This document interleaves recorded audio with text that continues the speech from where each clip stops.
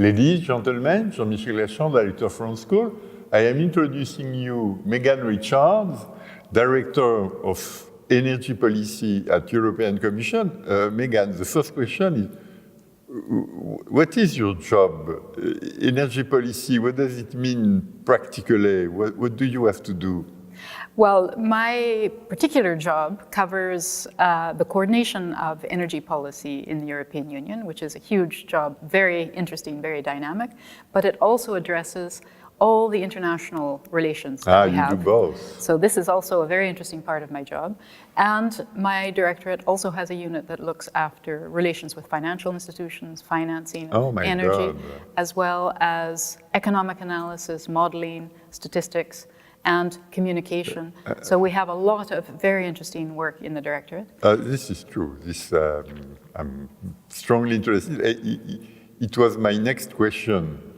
The other countries, we, European Union, what do we do with them? With all the other countries? Well, of course, European Union policy in energy is very important domestically within Europe. This is clear, and we have a whole series of regulatory provisions, including a whole series of new ones that help us to meet our new 2030 targets for increasing renewables, increasing energy efficiency, reducing greenhouse gas emissions.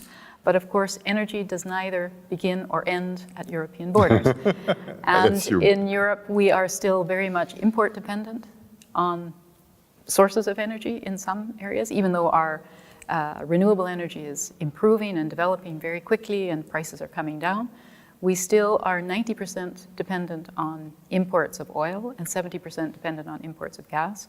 So our relations with other countries are particularly important. And of course, in the context of the Paris Climate Agreement, we want to encourage even better regulation and better... Do we have a unified external energy policy, or do we have different approaches for different regions or different countries? Well, we have one European policy. Yes, I know. But of course, individual member states emphasize some areas more than others.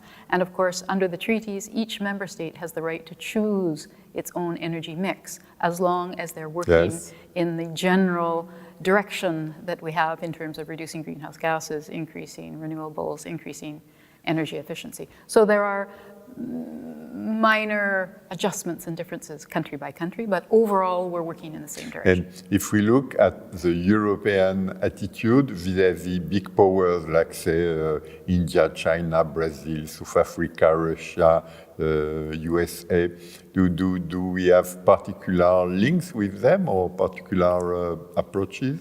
Well, I think from a regulatory point of view, which I think for us is one of the most important elements, because of the importance of energy trade, we want to make sure that the regulatory environments in our trading partners, our big trading partners, are at least on a par with each other so that we can trade well. And we want also to make sure that there is a market-based energy system. So those regulatory provisions are very important to make sure that certain kinds of energy are not heavily subsidized, therefore distorting the market.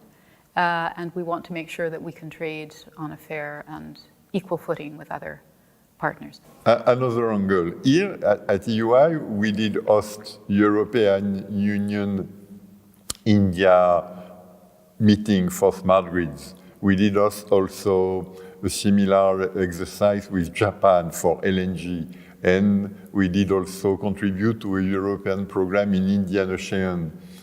What are the goals of such particular cooperation? Well, I think one of the most important and substantial goals to all of that cooperation is to make sure that we encourage the clean energy transition.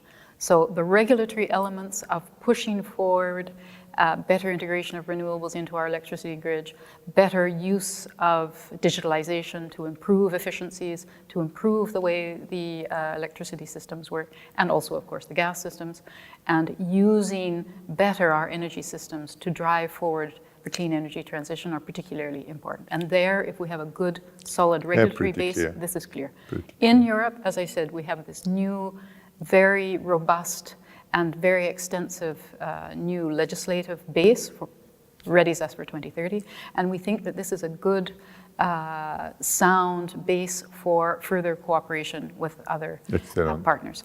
And they have also the same common interest in making sure that we improve our climate, increase clean energy, and further the improvements to all our societies. Thank you, Megan. Ladies and gentlemen, you can see that European Union is not a fortress. We have an open policy with other countries.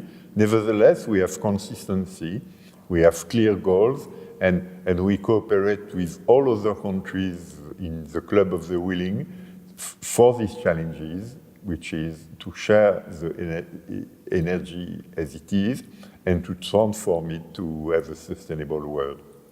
Megan, thank you. Thank you.